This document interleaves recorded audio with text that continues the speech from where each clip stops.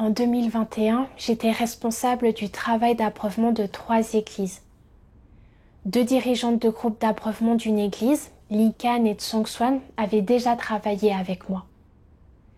À cette époque, j'avais l'impression que Linkan était compétente et qu'elle portait un fardeau dans son devoir. Elle me signalait les écarts dans mon devoir et m'aidait à les corriger, et ce dans les meilleurs délais. Avec sa supervision et ses rappels, une partie du travail ne prenait pas de retard. Tsongswan portait également un fardeau et quand j'étais dans un état médiocre, elle m'aidait avec un cœur aimant. J'étais très heureuse de travailler avec elle et je pensais que leur capacité de travail, leur calibre et leur attitude envers leurs devoirs étaient très bons. Avec elles deux en charge ici, je n'avais pas à me soucier beaucoup du travail d'abreuvement de cette église et je pouvais me concentrer sur le travail des 2 autres églises.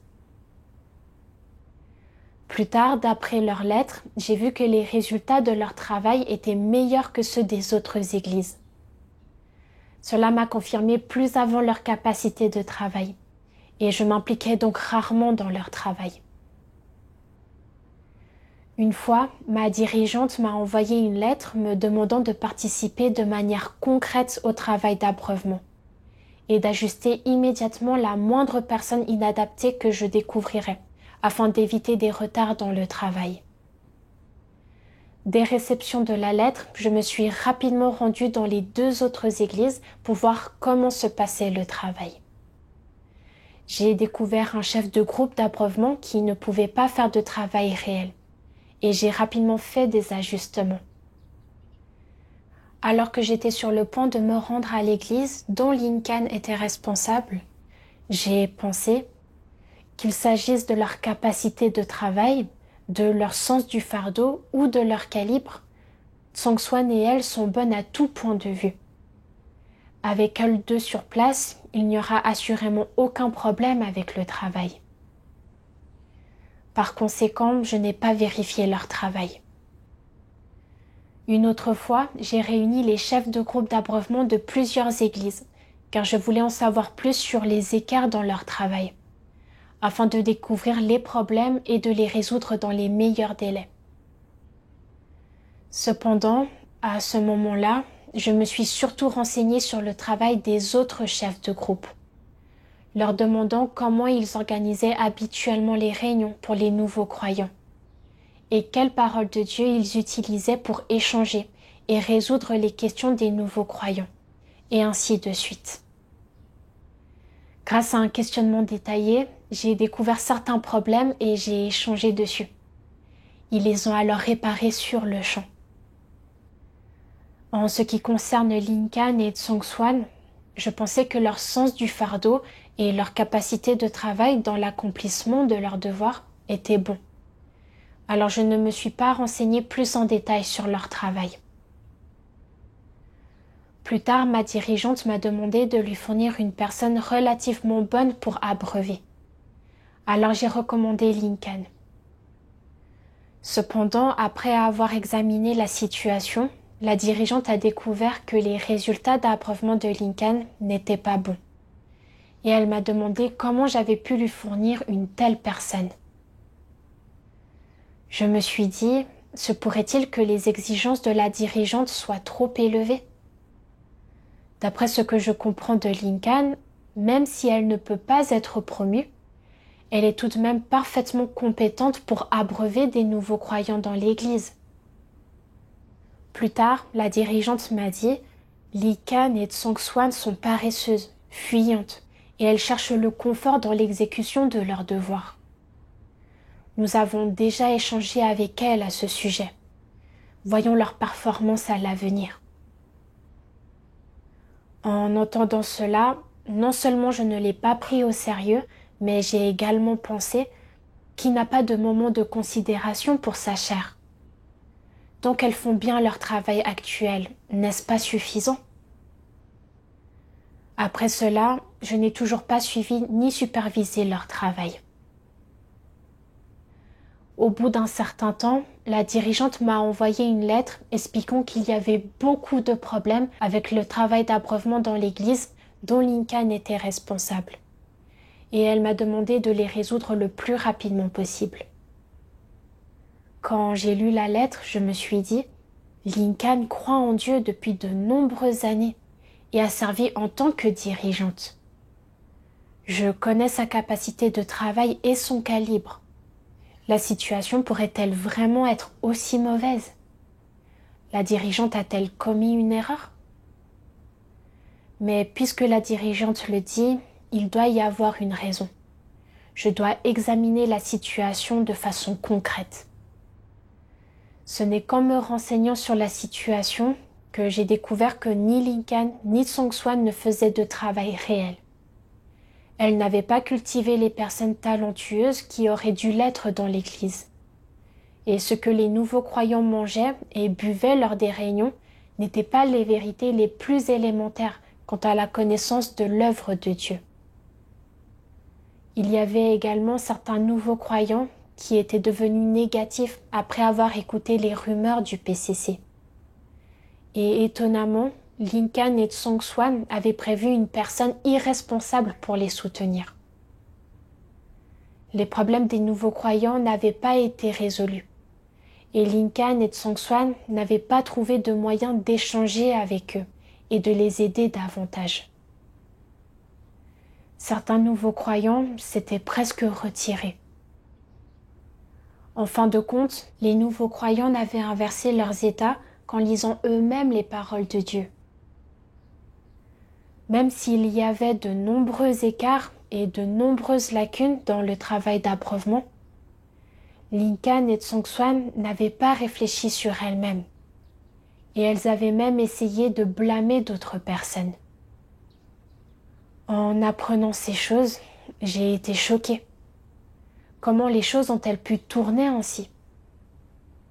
D'après ce que j'ai compris d'elles, elles portaient auparavant un fardeau dans l'exécution de leurs devoirs. Comment les choses ont-elles pu tourner ainsi maintenant? Mais les faits étaient là, sous mes yeux. Je devais accepter cela. En même temps, je me sentais très coupable. Si j'avais supervisé et examiné leur travail plus tôt, il n'y aurait pas eu autant de problèmes dans le travail d'approuvement. J'ai une responsabilité indubitable à cet égard. Plus tard, j'ai lu un passage des paroles de Dieu. Dieu Tout-Puissant dit : les faux dirigeants ne se renseignent jamais sur les superviseurs qui ne font pas de travail concret ou qui ne s'occupent pas de leur véritable travail. Ils pensent qu'il leur suffit de choisir un superviseur et que la question est close, que ce superviseur peut ensuite se charger lui-même de toutes les questions liées au travail. Les faux dirigeants se contentent donc d'organiser des réunions de temps à autre, et ils ne supervisent pas ce travail ou ne demandent pas comment il se passe, et ils agissent comme des patrons pratiquant le laisser-faire. Si quelqu'un signale un problème à un faux dirigeant concernant un superviseur, ce faux dirigeant répondra : ce n'est qu'un problème mineur, tout va bien. Vous pouvez le gérer vous-même. Pas besoin de me poser la question. La personne qui a signalé le problème dit : ce superviseur est un glouton paresseux. Il ne pense qu'à manger et à s'amuser. C'est un fainéant. Il ne veut pas endurer la moindre difficulté dans son devoir. Il n'arrête pas de tirer au flanc de manière fourbe et de se trouver des excuses pour esquiver ses responsabilités. Il n'est pas fait pour être superviseur. Le faux dirigeant répondra : il était formidable quand il a été choisi comme superviseur. Ce que tu dis n'est pas vrai. Et même si c'était vrai, il ne s'agirait que d'une manifestation temporaire. Le faux dirigeant n'essaiera pas d'en savoir plus sur la situation du superviseur. Au lieu de cela, il se fera une opinion et portera un jugement sur cette question, en se basant sur ses impressions passées concernant ce superviseur. Quelle que soit la personne qui signale des problèmes concernant le superviseur, le faux dirigeant ignorera ces problèmes. Ce superviseur ne fait pas de travail concret, et le travail de l'Église est pratiquement à l'arrêt. Mais le faux dirigeant s'en moque c'est comme si cela ne le concernait même pas. Il est déjà bien assez écœurant que, lorsque quelqu'un signale les problèmes du superviseur, le faux dirigeant ferme les yeux. Mais qu'est-ce qui est le plus détestable? Quand les gens signalent au faux dirigeant des problèmes vraiment graves concernant le superviseur, le faux dirigeant n'essaiera pas de les régler, et il se trouvera même toutes sortes d'excuses. Je connais ce superviseur. Il croit sincèrement en Dieu. Il ne peut pas avoir de problème. Et même s'il avait un petit problème, Dieu le protégerait et le disciplinerait. S'il commet la moindre erreur, c'est entre lui et Dieu. Nous n'avons pas à nous en inquiéter. Les faux dirigeants travaillent en suivant leurs propres notions et leur imagination de cette manière. Ils font semblant de comprendre la vérité et d'avoir la foi, mais ils sèment simplement la pagaille dans le travail d'église. Le travail d'église peut même se trouver à l'arrêt. Ils feindront malgré tout l'ignorance. Les faux dirigeants n'agissent-ils pas beaucoup trop comme des gratte-papier? Ils sont incapables de faire eux-mêmes un travail réel. Et ils ne sont pas non plus méticuleux en ce qui concerne le travail des chefs d'équipe et des superviseurs. Ils n'en assurent pas le suivi ou ne s'en tiennent pas informés. Leur opinion des gens se base uniquement sur leurs propres impressions et sur leur imagination. Quand ils voient que quelqu'un se comporte bien pendant un moment, ils pensent que cette personne agira bien à jamais, qu'elle ne changera pas. Ils ne croient pas ceux qui disent que cette personne pose problème, et ils ignorent la situation quand quelqu'un les met en garde contre cette personne. Pensez-vous que les faux dirigeants soient stupides? Ils sont stupides et insensés. Les faux dirigeants ont un défaut fatal. Ils ont vite fait de faire confiance aux gens en se fondant sur leur propre imagination. Et c'est dû au fait qu'ils ne comprennent pas la vérité, n'est-ce pas? Comment la parole de Dieu révèle-t-elle l'essence de l'humanité corrompue? Pourquoi devraient-ils faire confiance aux gens, alors que Dieu ne leur fait pas confiance? Les faux dirigeants sont trop arrogants et présomptueux, n'est-ce pas? Ils se disent « Il n'est pas possible que j'ai mal jugé cette personne. Elle ne devrait poser aucun problème, puisque j'ai jugé qu'elle convenait. » Ce n'est assurément pas quelqu'un qui s'adonne à la nourriture, à la boisson et au divertissement, ou qui aime le confort et déteste travailler dur. Elle est absolument fiable et digne de confiance. Elle ne changera pas. Si elle changeait, cela voudrait dire que je me suis trompé à son sujet, n'est-ce pas? Quel genre de logique est-ce donc? Es-tu une sorte d'expert? As-tu une vision au rayon X? As-tu cette compétence extraordinaire? Tu aurais beau vivre avec une personne pendant 1 ou 2 ans, serais-tu capable de voir qui elle est vraiment, sans un environnement approprié pour mettre entièrement à nu sa nature essence? Si elle n'était pas révélée par Dieu, tu pourrais vivre côte à côte avec elle pendant 3, voire 5 ans, et tu aurais encore du mal à voir quel genre de nature essence elle a exactement. Et n'est-ce pas encore plus vrai quand tu ne la vois que rarement, que tu es rarement avec elle? Les faux dirigeants font allègrement confiance à une personne en se fondant sur une impression fugace ou sur l'appréciation positive qu'en a quelqu'un d'autre, et ils osent confier le travail de l'Église à une telle personne. En cela, ne sont-ils pas extrêmement aveugles? N'agissent-ils pas imprudemment? Et quand ils agissent ainsi, les faux dirigeants ne sont-ils pas extrêmement irresponsables? Dieu exposait précisément mon état. J'étais tellement irresponsable envers mon devoir.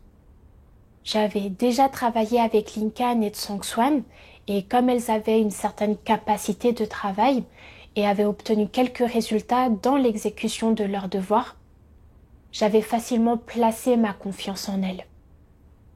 Après leur avoir entièrement confié le travail, je ne l'avais même pas supervisé, et n'avait pas posé de questions à ce sujet. Lorsque la dirigeante m'a demandé de vérifier si les chefs de groupe d'approuvement faisaient un travail réel, je n'avais pas vérifié leur travail, car j'avais confiance en elles. Même lorsque je m'étais réunie avec elles, je ne m'étais pas renseignée plus avant sur leur travail.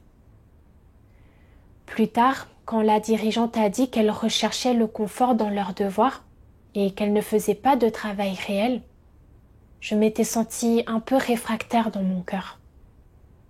J'avais pensé qu'elle n'était pas comme ça et que la dirigeante ne les connaissait pas bien. J'avais même plaidé en leur faveur dans mon cœur. En y réfléchissant, je n'avais interagi que quelques mois avec elle. En apparence, elle semblait avoir quelques capacités de travail et un certain sens du fardeau dans l'exécution de leurs devoirs. Mais je n'avais pas du tout compris leur humanité ni leur nature essence. J'avais placé ma confiance en elles sur la base d'impressions temporaires et de bons sentiments. Puis je m'étais sentie sereine en leur confiant le travail sans supervision. Dieu a exposé que les gens ont été profondément corrompus par Satan, de sorte que tous leurs tempéraments corrompus n'ont pas été résolus, qu'ils peuvent tous être négligents, irresponsables et suivre leur propre chemin avant d'être rendus parfaits. Je n'avais pas considéré les choses sur la base des paroles de Dieu, mais je m'étais plutôt fiée à mes notions et à mon imagination, et avait affermi leur bon côté dans mon esprit sur la base de leurs bonnes performances temporaires. Même quand la dirigeante avait souligné leurs problèmes, je n'avais pas été convaincue, pensant que ses exigences envers elle étaient trop élevées. En vivant selon le tempérament de Satan, j'avais surtout confiance en moi, et je m'accrochais à mon propre point de vue pour voir les choses, pensant que ce que je considérais comme bon était indiscutable, et n'acceptant pas ce que les autres expliquaient, ce qui a fini par retarder le travail.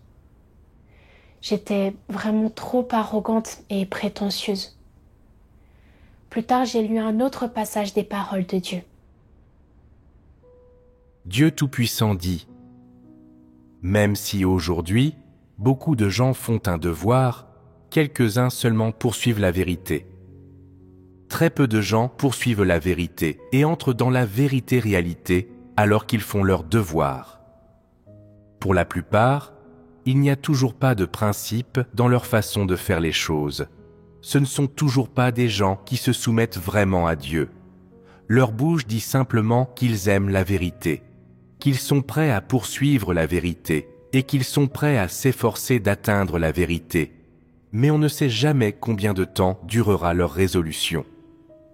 Les gens qui ne poursuivent pas la vérité sont susceptibles de révéler à tout moment et en tout lieu leur tempérament corrompu.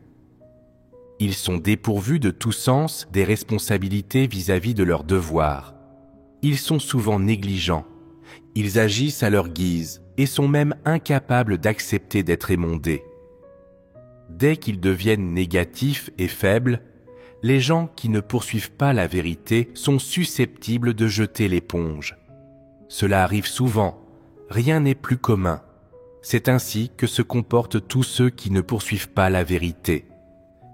Et donc, quand ils n'ont pas encore obtenu la vérité, les gens ne sont pas fiables et ne sont pas dignes de confiance. Qu'ils ne soient pas dignes de confiance, qu'est-ce que cela signifie ? Cela signifie que lorsqu'ils rencontrent des difficultés ou des revers, ils sont susceptibles de tomber et de devenir négatifs et faibles. Quelqu'un qui est souvent négatif et faible, est-il digne de confiance ? Certainement pas. Mais les gens qui comprennent la vérité sont différents. Les gens qui comprennent vraiment la vérité ont nécessairement un cœur qui craint Dieu et un cœur soumis à Dieu. Et seules les personnes qui ont un cœur qui craint Dieu sont dignes de confiance. Les gens qui n'ont pas un cœur qui craint Dieu ne sont pas dignes de confiance.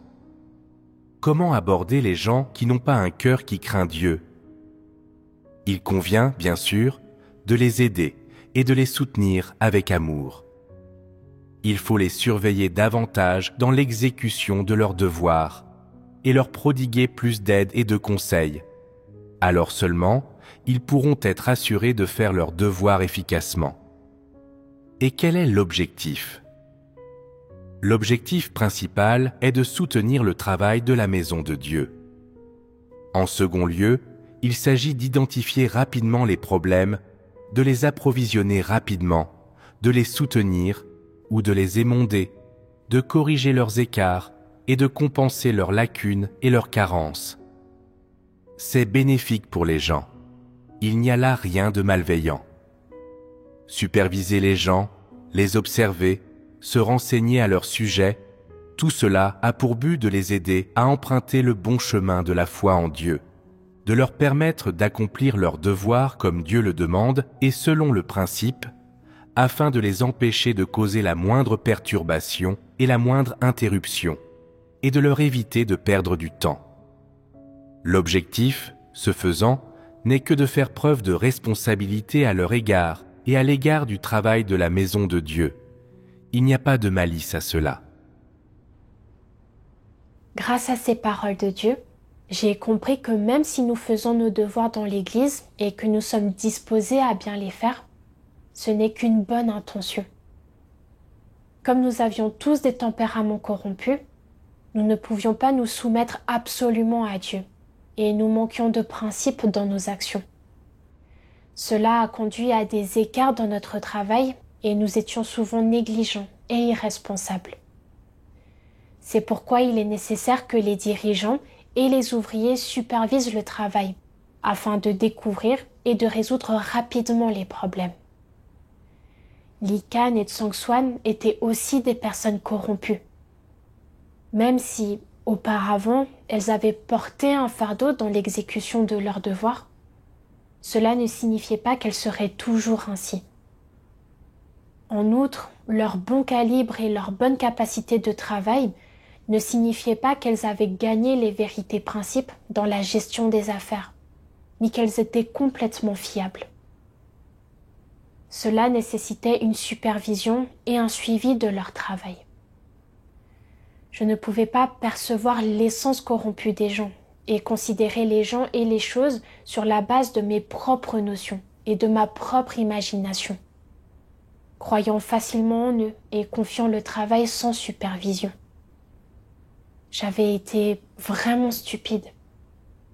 Si je n'avais pas aveuglément cru en elles, que j'avais régulièrement supervisé et vérifié leur travail conformément aux exigences de la maison de Dieu, et que j'avais assumé mes propres responsabilités, le travail d'abreuvement n'aurait pas été aussi inefficace pendant plusieurs mois. Plus j'y pensais, plus je m'en voulais. J'y ai réfléchi davantage. Pourquoi avais-je autant fait confiance à Li Kan et Tsang Swan sans superviser ni vérifier leurs devoirs? Même quand la dirigeante me l'avait rappelé, je ne l'avais pas pris à cœur. Quel tempérament corrompu me contrôlait derrière cela? Dans ma réflexion, j'ai lu un passage des paroles de Dieu. Dieu Tout-Puissant dit : si au fond de toi, tu comprends vraiment la vérité, alors tu sauras comment pratiquer la vérité et te soumettre à Dieu, et tu t'engageras naturellement sur le chemin de la poursuite de la vérité. Si le chemin que tu empruntes est le bon et qu'il est conforme aux intentions de Dieu, alors l'œuvre du Saint-Esprit ne te quittera pas, auquel cas il y aura de moins en moins de risques que tu trahisses Dieu. Sans la vérité, il est facile de faire le mal, et tu le commettras involontairement. Par exemple, si tu as un tempérament arrogant et vaniteux, alors le fait de dire de ne pas t'opposer à Dieu ne fait aucune différence. Tu ne peux pas t'en empêcher. C'est incontrôlable pour toi. Tu ne le ferais pas exprès. Tu le ferais sous la domination de ta nature arrogante et prétentieuse. Ton arrogance et ta prétention te feraient mépriser Dieu et te le feraient voir comme n'ayant pas d'importance. Elle ferait que tu t'exaltes, que tu te mettes constamment en valeur. Elle te ferait mépriser les autres. Elle ne laisserait dans ton cœur que toi-même. Ton arrogance et ta prétention te priveraient de la place de Dieu dans ton cœur, et elle finirait par t'amener à prendre la place de Dieu et à exiger que les gens se soumettent à toi. Et elle te ferait vénérer tes propres pensées, idées et notions comme la vérité. Tant de mal est perpétré par les hommes sous la domination de leur nature arrogante et prétentieuse. En réfléchissant aux paroles de Dieu, j'ai trouvé la cause de mon échec. Cela venait principalement de mon tempérament arrogant et de ma confiance excessive en moi-même. Je croyais qu'elles étaient sérieuses et responsables dans l'exécution de leurs devoirs, qu'elles portaient un fardeau et qu'elles ne seraient pas négligentes. Je me faisais donc entièrement confiance. Pensant toujours à mon avis, je crois que, j'ai l'impression que. Et je pensais que mon évaluation des gens était exacte et ne pouvait pas être erronée. Après leur avoir confié le travail, je n'ai même pas pris la peine de les superviser, ni de me renseigner sur elles. Même quand la dirigeante a souligné explicitement leurs problèmes, je ne l'ai pas pris au sérieux. Et j'ai pensé qu'elle révélait simplement une certaine corruption, ce qui n'était pas grave. Mon échec était dû à ma confiance excessive en moi-même. J'ai utilisé mes propres points de vue comme des normes pour mesurer les gens. Peu importe ce que les autres disaient, je ne l'acceptais pas. Je croyais que mon évaluation des gens était exacte, que je les connaissais bien et que j'étais qualifiée pour les évaluer. Je n'étais pas d'accord avec les opinions des autres qui étaient différentes des miennes, et je les rejetais toutes. Je n'ai jamais considéré que mes pensées et mes opinions pouvaient être erronées, biaisées, ou qu'elles pouvaient nuire au travail. J'étais vraiment arrogante et déraisonnable. Je me fiais à mon tempérament arrogant pour faire mes devoirs. Je ne prenais pas les suggestions des autres au sérieux, et je cherchais encore moins les vérités principes. J'étais vraiment arrogante et je dédaignais les autres, n'ayant pas de place pour Dieu dans mon cœur. Je pensais que les personnes en qui j'avais confiance et les choses que je décidais étaient certainement bonnes, conformément à mes propres notions et à ma propre imagination. Je m'accrochais obstinément à mes propres points de vue et négligeais mes devoirs, entraînant des pertes significatives dans le travail. De cette façon, est-ce que j'accomplissais vraiment mon devoir ? Je m'opposais à Dieu et faisais le mal. Me rendant compte de la gravité de la nature et de la conséquence de cela, je suis rapidement venue devant Dieu pour prier et me repentir. Plus tard, j'ai lu un passage des paroles de Dieu qui m'a donné un chemin pour pratiquer. Dieu Tout-Puissant dit : « Quoi que tu fasses, tu dois apprendre à chercher la vérité et t'y soumettre. Peu importe qui te donne des conseils, tant que ces derniers sont en accord avec les vérités principes, même s'ils viennent d'un jeune enfant, tu dois les accepter et t'y soumettre. Quels que soient les problèmes qu'une personne a, si ses paroles et ses conseils sont totalement en accord avec les vérités principes, alors tu dois les accepter et t'y soumettre. En agissant ainsi, tu parviendras à de bons résultats, qui seront conformes aux intentions de Dieu. L'essentiel est d'examiner tes motivations et les principes et méthodes selon lesquels tu gères les choses. Si tes principes et méthodes pour gérer les choses relèvent de la volonté humaine, de pensée et de notions humaines, ou encore de philosophie satanique, ces principes et méthodes ne sont pas pratiques et ils sont voués à l'inefficacité. Cela tient au fait que la source de tes principes et de tes méthodes n'est pas correcte et qu'elle n'est pas en accord avec les vérités principes. Si tes opinions se fondent sur les vérités principes et que tu gères les choses en te conformant aux vérités principes, alors il ne fait aucun doute que tu agiras correctement. Même si certains n'acceptent pas ta façon de gérer les choses sur le coup, s'ils ont des notions à ce sujet ou s'ils y opposent une résistance, avec le temps, ce sera validé. Les choses qui sont conformes aux vérités principes donnent des résultats de plus en plus positifs, alors que les choses qui ne sont pas conformes aux vérités principes ont des conséquences de plus en plus négatives, quand bien même elles correspondent aux notions des gens à ce moment-là. Confirmation en sera donnée à chacun.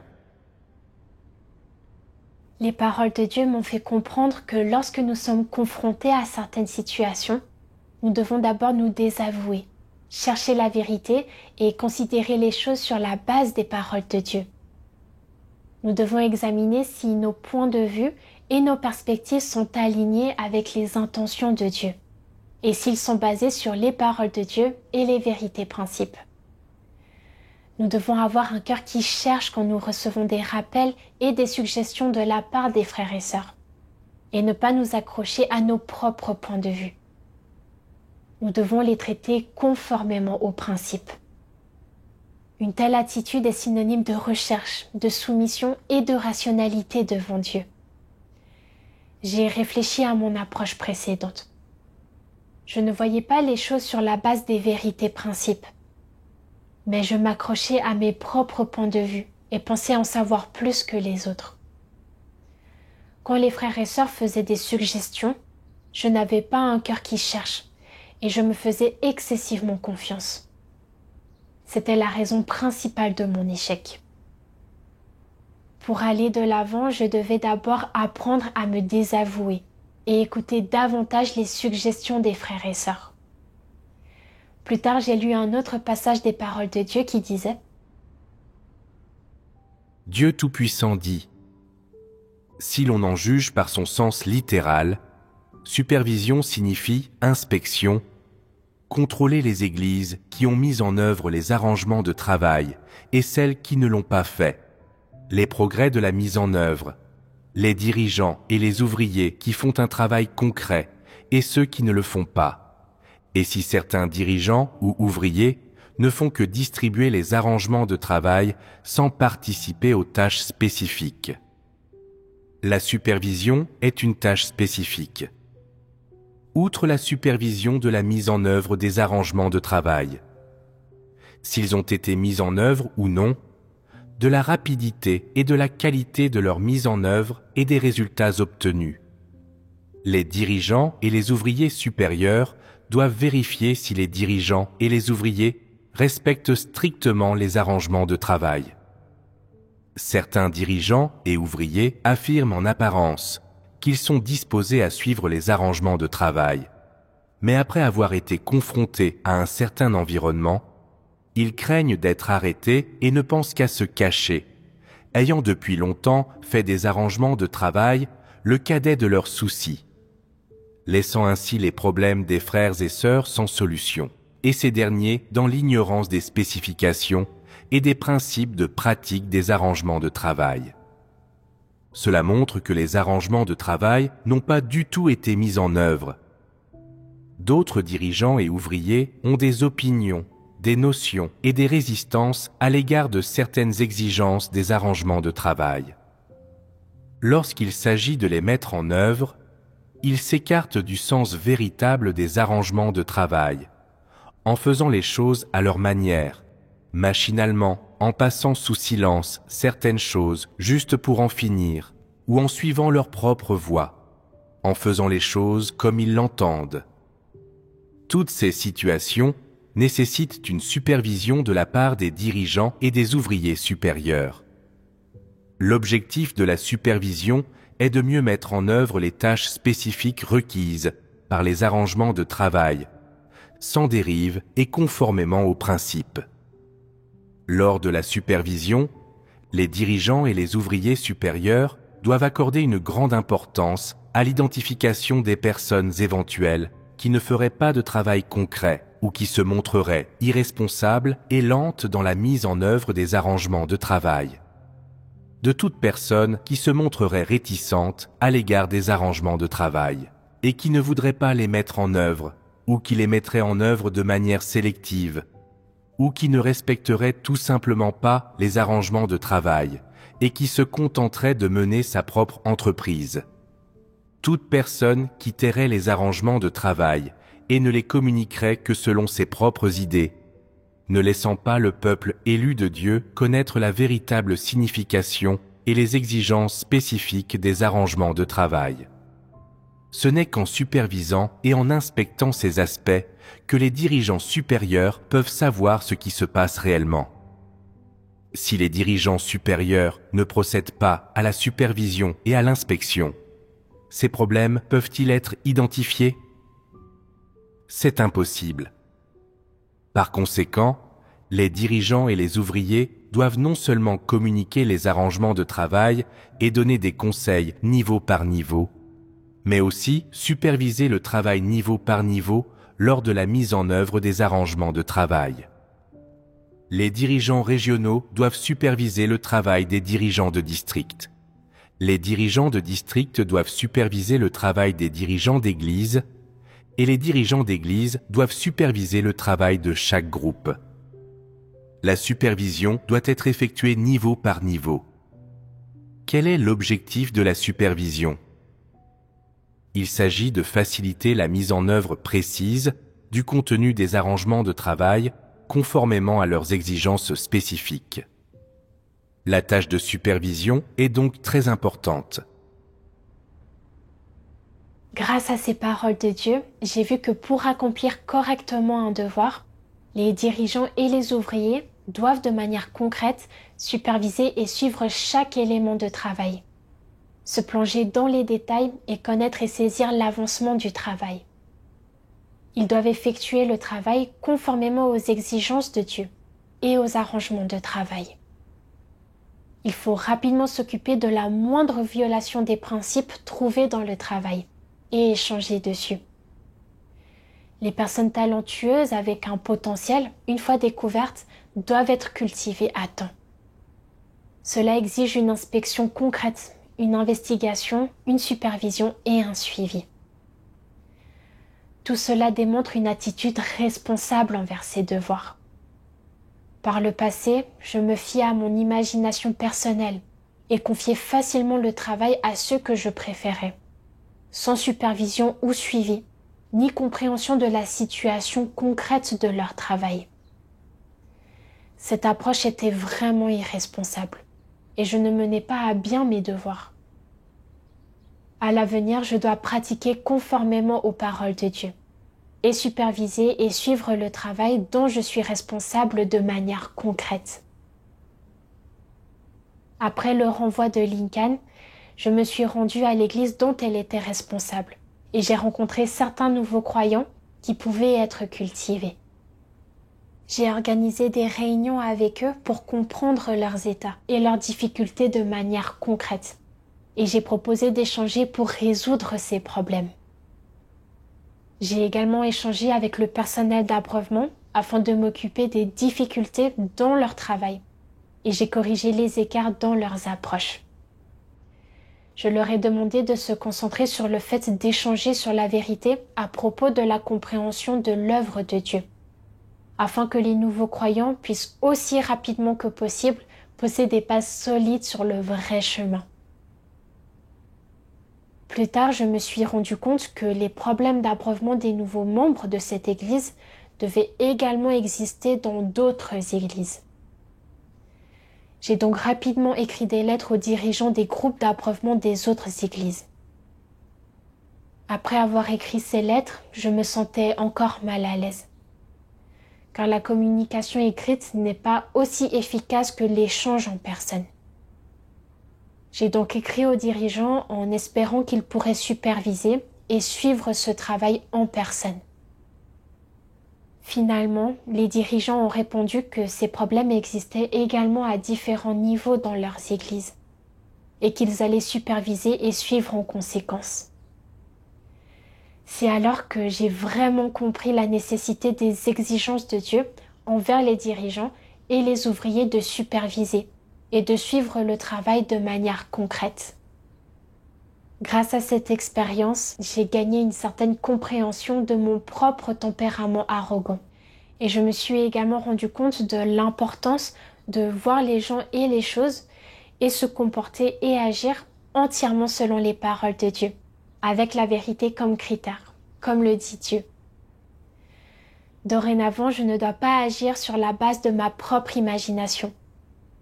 Confrontée à des problèmes, je dois d'abord chercher la vérité et traiter les gens, les événements et les choses autour de moi conformément aux paroles de Dieu.